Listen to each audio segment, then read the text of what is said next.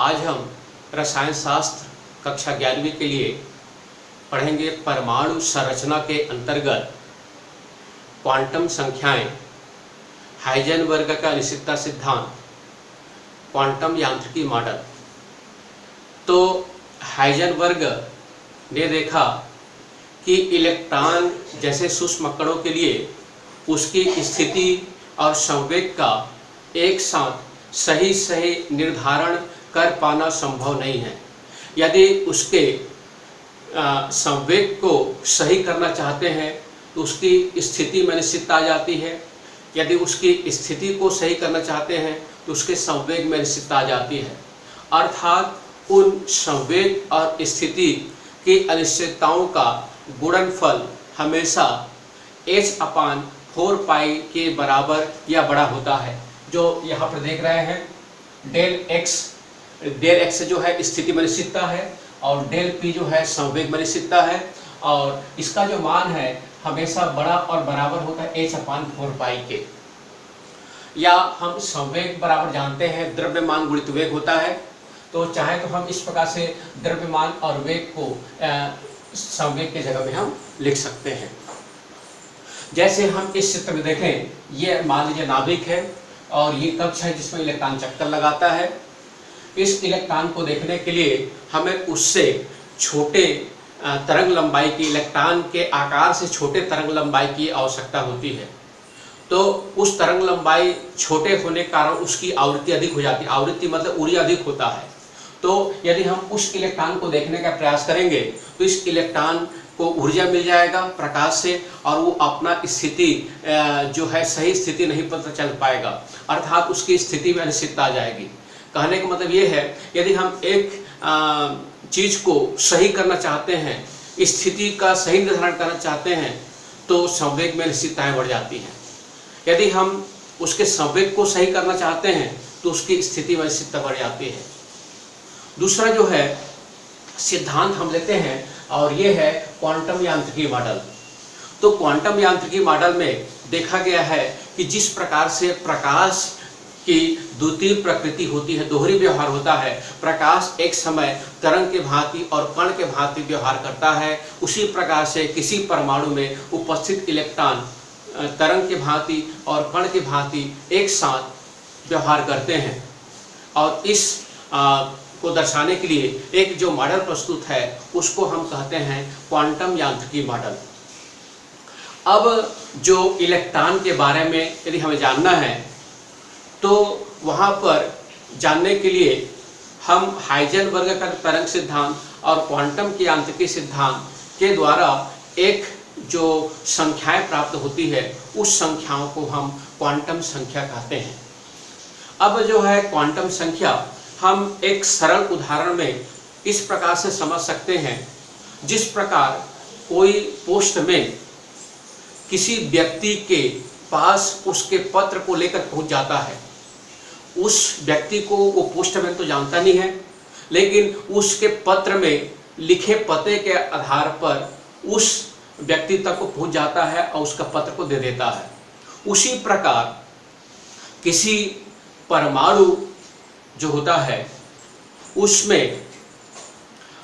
Electron कहाँ पर है, उसकी स्थिति क्या है, उसका भी विन्यास क्या है, उसकी ऊर्जा क्या है, इन सब चीज़ों की जानकारी जिस संख्या से होती है उसको हम क्वांटम संख्या कहते हैं। तो क्वांटम संख्या पढ़ने के पहले हम इसमें और कुछ जो शब्द है जैसे कक्षक और कक्ष, कक्ष मतलब ऑर्बिट, कक्षक मतलब ऑर्बिटल, उनको दोनों में हम विभेद समझ लें, ये जान लें कक्ष और कक्षक क्या है। तो यहाँ पर हम पहले देख लें कक्ष और कक्षक में अंतर। तो पहला जो अंतर है, जो इलेक्ट्रॉन होते हैं, जैसे देख रहे हैं इलेक्ट्रॉन, ये आपका इलेक्ट्रॉन है, ये वृत्तीय पथ पर चक्कर लगाते हैं। इस प्रकार से ये वृत्तीय पथ पर इलेक्ट्रॉन चक्कर लगाते हैं नाभिक के। ये आपका, उसको हम कक्ष कहते हैं, ये आपका कक्ष कहलाएगा, ऑर्बिट।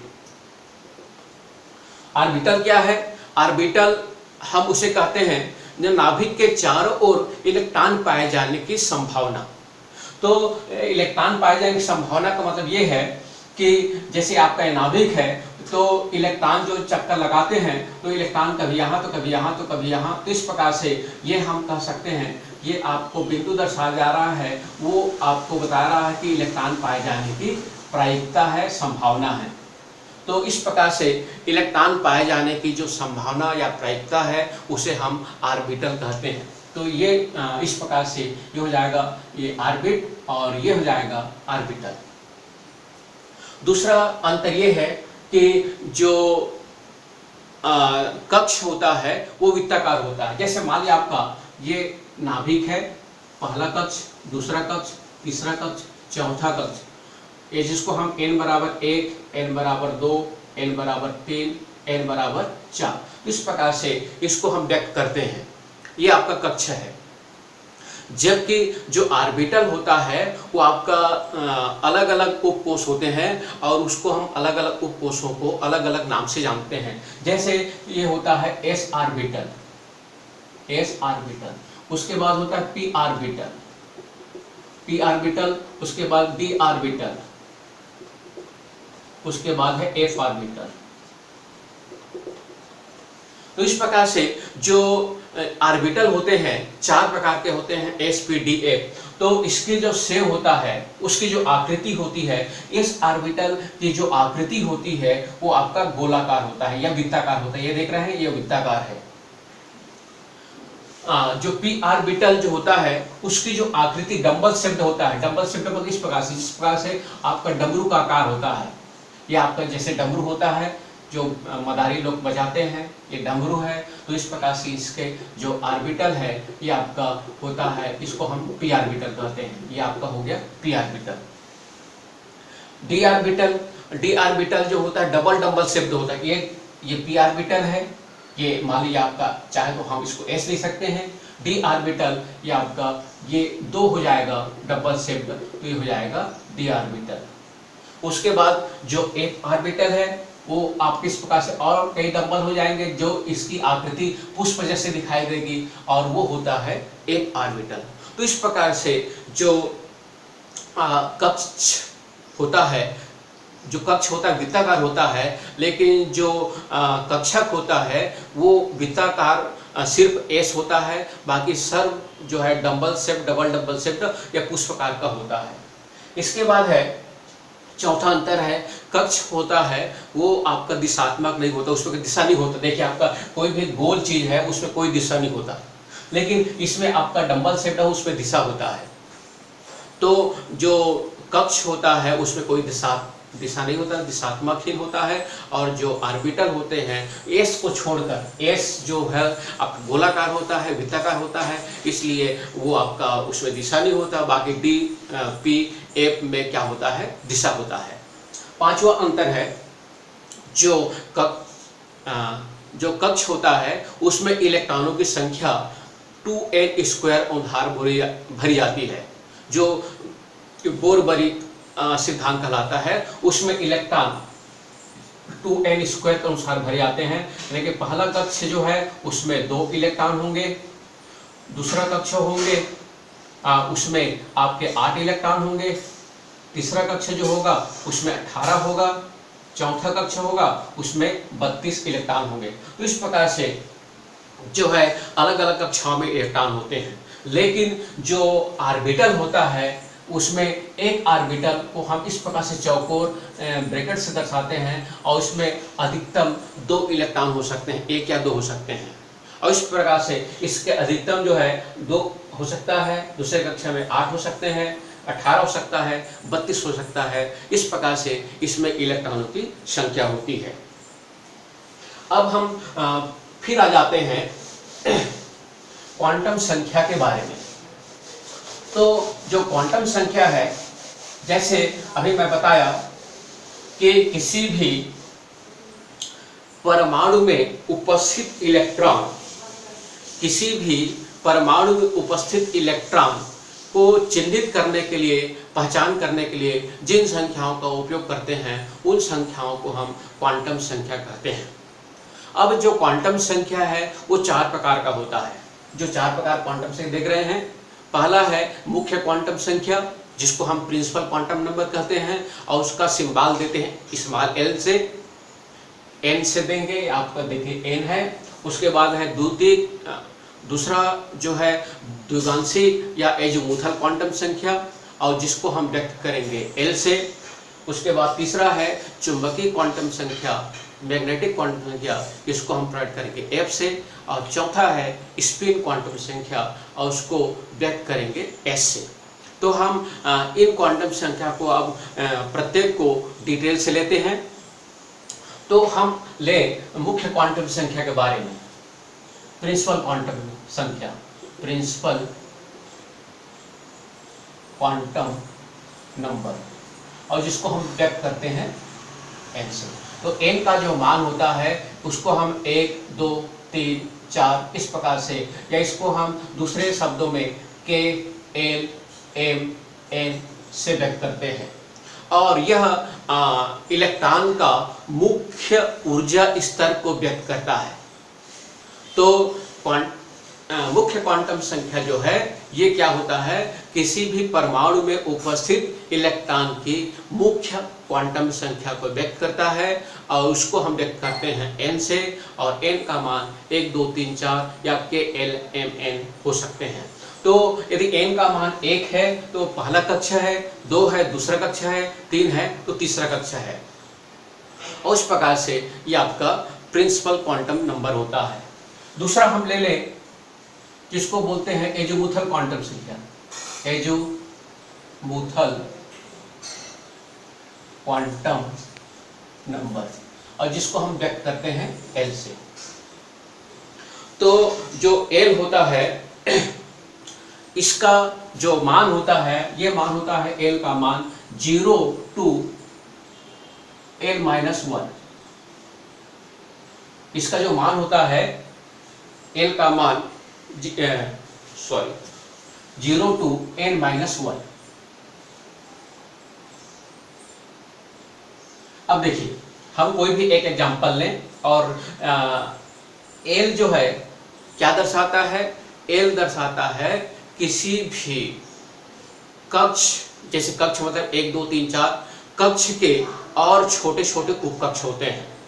अर्थात यदि हम किसी परमाणु के स्पेक्ट्रमी रेखा को, यदि किसी परमाणु के स्पेक्ट्रमी रेखा को चुंबकीय क्षेत्र या मैग्नेटिक क्षेत्र में से गुजारते हैं, तो ये जो एक मोटी रेखाएं छोटी छोटी कई अन्य रेखाओं से मिलकर बना होता है, और उस रेखाओं को हम कहते हैं उसका उप ऊर्जा स्तर, और उसको हम L से व्यक्त करते हैं। और L का जो मान होता है, आप देख रहे हैं L का मान जो होता है 0 से लेकर n-1 होता है। देखिए जैसे मान लीजिए आपका, जैसे हम एग्जांपल लें, यदि n बराबर 1 है, n बराबर 1 है, तो L का मान होगा, n-1। देखिए इसमें 1 घटा देंगे तो हो जाएगा कितना, 0। यदि n बराबर 2 है तो L का जो मान होगा 0 और 2 में 1 घटाएंगे तो 1। यदि n का मान होगा तो L का मान 0 और 1 होगा। यदि n का मान 3 है तो L का मान 0 होगा, 1 होगा, 2 होगा। यदि n का मान 4 है तो L का मान 0 होगा, 1 होगा, 2 होगा और 3 होगा। तो इस प्रकार से ये जो है n का मान L के मान पर निर्भर करता है। और यदि L बराबर 0 है तो वह होगा s ऑर्बिटल, और यदि L बराबर 1 है तो होगा p ऑर्बिटल, और यदि L बराबर 2 है तो होगा d ऑर्बिटल।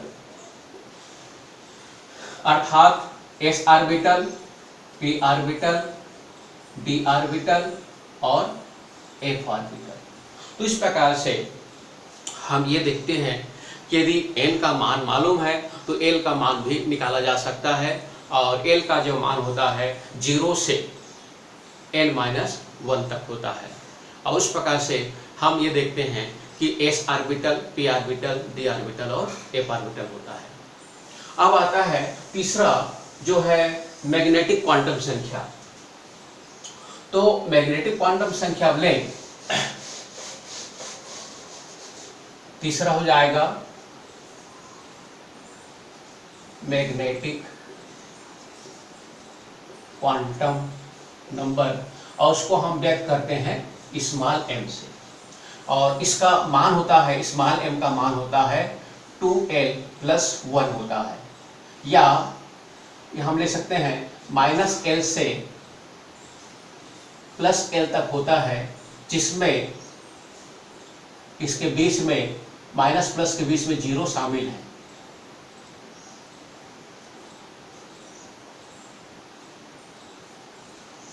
जीरो को शामिल किया गया है।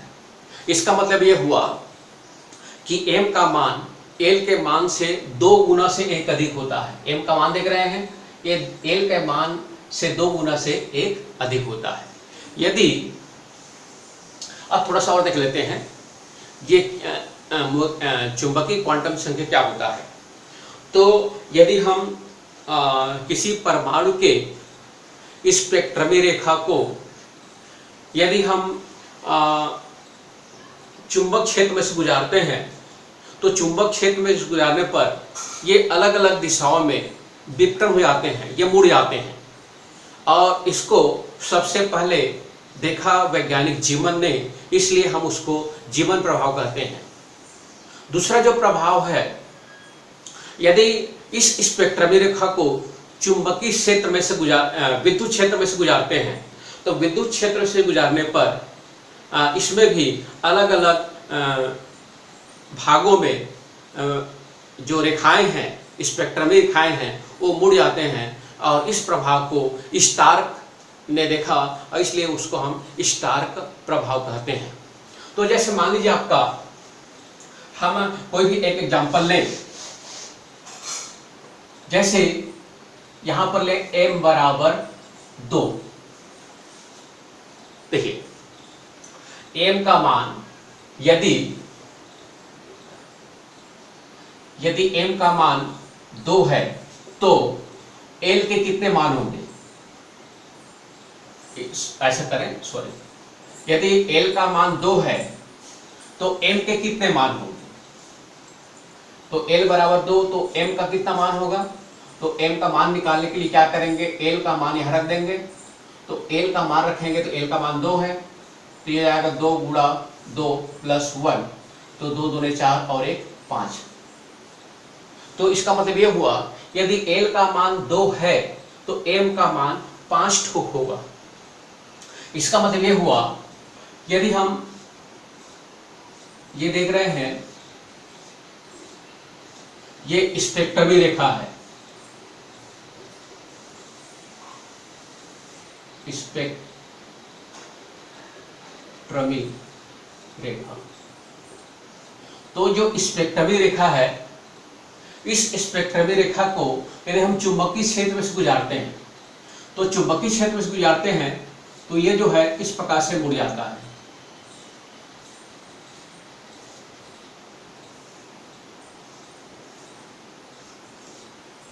देखिए, तो ये देख रहे हैं, यदि l का मान कितना है, 2 है, तो m का मान ये होगा -2 -1 0 +1 +2। देखिए यहां पर मैं लिखा हूं कि यदि m का मान l का मान जो है -1 से लेकर +l, ये देख रहे हैं l का मान 2 है, तो m का मान जो होगा -2 से लेकर +2, और इसमें 0 भी शामिल है। तो ये हो गया m का मान, यदि l का मान 2 है। तो यदि l का मान इसी प्रकार से 3 है, तो 3 है तो 3 दूनी 6 1 7 7 स्पेक्ट्रम रेखा बनेंगे, तो ये हो जाएगा -3 और हो जाएगा +3। तो इस प्रकार से यदि l का मान 3 है तो m का मान होगा 60 ठोक, जिसमें +3 से लेकर -3, जिसमें 0 भी क्या है, शामिल है। तो इस प्रकार से हम देखते हैं, और ये पता कर लेते हैं कि इसमें कितनी रेखाएं होती हैं या कितनी स्पेक्ट्रम होती है। अंतिम आता है और वो है चौथा जो क्वांटम संख्या है, उसको बोलते हैं चक्रण क्वांटम संख्या या स्पिन क्वांटम संख्या। तो स्पिन क्वांटम संख्या ये देखा गया कि जब किसी ऑर्बिटल में जो इलेक्ट्रॉन होते हैं, अभी हमने देखा कि कोई भी ऑर्बिटल में 2 से ज़्यादा इलेक्ट्रॉन नहीं हो सकता, तो उस ऑर्बिटल में जो इलेक्ट्रॉन होते हैं, 2 इलेक्ट्रॉन होते हैं और दोनों का जो चक्रण होता है वो भिन्न भिन्न होता है। इसको हम इस प्रकार से समझे कि जैसे ये नाभिक है और ये कक्ष है और इस कक्ष में इलेक्ट्रॉन चक्कर लगाते हैं, तो यानी कि यहाँ पर कक्ष ना कर हम उसको नाम देंगे ऑर्बिटल। तो ये जो ऑर्बिटल देख रहे हैं, और कोई भी ऑर्बिटल में 2 इलेक्ट्रॉन हो सकते हैं, 2 से ज़्यादा नहीं हो सकता। तो मान लिया आपका 1 इलेक्ट्रॉन यहाँ है और 1 इलेक्ट्रॉन यहाँ। तो जो इलेक्ट्रॉन होते हैं, इलेक्ट्रॉन को हम चाहे तो ऐसे माइनस से भी समझ सकते हैं। ये नाभिक है और ये इलेक्ट्रॉन है, ये हो गया इलेक्ट्रॉन, ये हो गया न्यूक्लियर नाभिक। तो जिस प्रकार से जो सूर्य के चारों ओर पृथ्वी चक्कर लगाता है, तो उसी प्रकार यदि हम मान लें सूर्य और ये मान लें पृथ्वी, तो चारों ओर चक्कर लगाता है, उसके साथ साथ अपने कक्ष में भी रोटेट करता है। जिस प्रकार से पृथ्वी अपने कक्ष में भी घूमता है और एक बार घूमने में उसको 24 घंटे लगते हैं, जिससे दिन रात होता है। तो उसी प्रकार इलेक्ट्रॉन जो है नाभिक के चारों ओर चक्कर लगाने के साथ साथ नाभिक अपने कक्ष पर भी स्पिन करता है, घूमता है।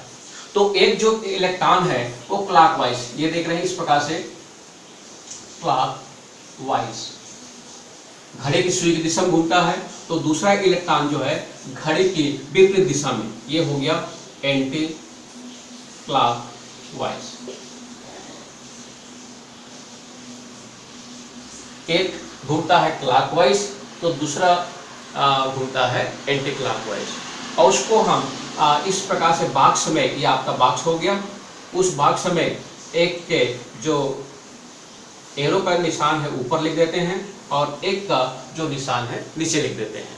और इस प्रकार से इसका जो वैल्यू होता है, जो क्लॉकवाइज है उसके लिए इसका मान होता है +1/2 स्पिन का मान, एस का मान, और इसका होता है -s का मान -1/2। और इस प्रकार से ये होता है चौथा क्वांटम संख्या या चक्रण क्वांटम संख्या के बारे में। तो आपने देखा चक्रण क्वांटम संख्या 2 प्रकार के होते हैं।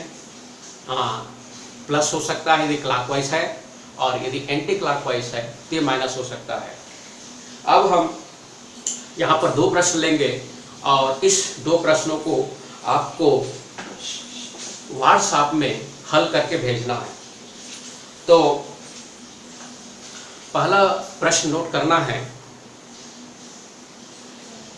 कुछ क्वांटम संख्याओं के सेट दिए गए हैं, तो इसमें आपको बताना है कौन सा इलेक्ट्रॉन होगा।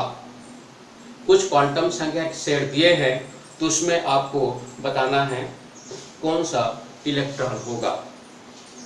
अब देखिए कौन सा सेट है और कौन सा इलेक्ट्रॉन है, इसके बारे में ये बताएंगे। तो जैसे उसमें दिया है n = 4, ये देखिए ये पहला प्रश्न है। n = 4, n का मान 2, m का मान -1 और s का मान +½ देखिए ये सेट दिया हुआ है। हमारा प्रश्न फिर से एक बार पढ़ लें। यहाँ पर कुछ क्वांटम संख्या का सेट दिया है, ये क्वांटम संख्या का सेट है। अब इस क्वांटम संख्या के सेट के आधार पर हमें इलेक्ट्रॉन की पहचान करनी है। तो देखिए हम कैसे पहचान करें। तो इसके लिए हम जानते हैं, जैसे लिखते हम यहां पर 1s2 2s2 2p6 3s2 3p6 4s2 4 3d 10 3d के बाद 4p 6 उसके बाद 5s2 ऐसे। तो मतलब यहां पर हमें उस इलेक्ट्रॉन को पहचान करना है। तो इलेक्ट्रॉन को पहचान करने के लिए हम देखेंगे n का मान। तो n का मान ये हो गया 4, जैसे ये आपका है n बराबर 1, n बराबर 2, n बराबर 3, n बराबर 4। इसका मतलब ये है इलेक्ट्रॉन चौथे कक्ष में है। इलेक्ट्रॉन ये चौथे कक्ष में है, n का पता चल जाएगा चौथे कक्ष में, तो ये हो जाएगा यहाँ पर लिख देंगे 4। उसके बाद l का मान 2 है, तो जैसे मैं बताया यदि l का मान यदि 0 है तो s होगा, l का मान 1 है तो p होगा, l का मान 2 है तो d होगा। तो इस प्रकार से l का मान 2 है तो हो जाएगा d, ये निकालेंगे। इसके बाद m का मान -1, तो l का जो मान है इसके आधार पर m का मान होगा -2 -1 0 +1 और +2। तो यहाँ पर देखिए -1 है तो इलेक्ट्रॉन यहाँ पर होगा, तो यहाँ पर होगा। तो इस प्रकार से भरता है, देखिए 5 ऑर्बिटल है, 1 2 3 4 5। तो पहला इलेक्ट्रॉन, दूसरा, तीसरा, चौथा, पांचवा एक क्लॉकवाइज है, छठवां, सातवां, आठवां, नौवां, 10वां। ये -2 -1 0 +1 +2। इसका मतलब ये हुआ -1 है, तो -1 है तो कहाँ पर है इलेक्ट्रॉन, यहाँ है। तो यहाँ है तो यहाँ में देखेंगे आपका क्लॉकवाइज होगा, एंटी क्लॉकवाइज होगा। तो जो क्लॉकवाइज होगा ये आप देख रहे हैं S, तो क्लॉकवाइज है तो क्लॉकवाइज यानी पहला इलेक्ट्रॉन, दूसरा तो जाएगा 2।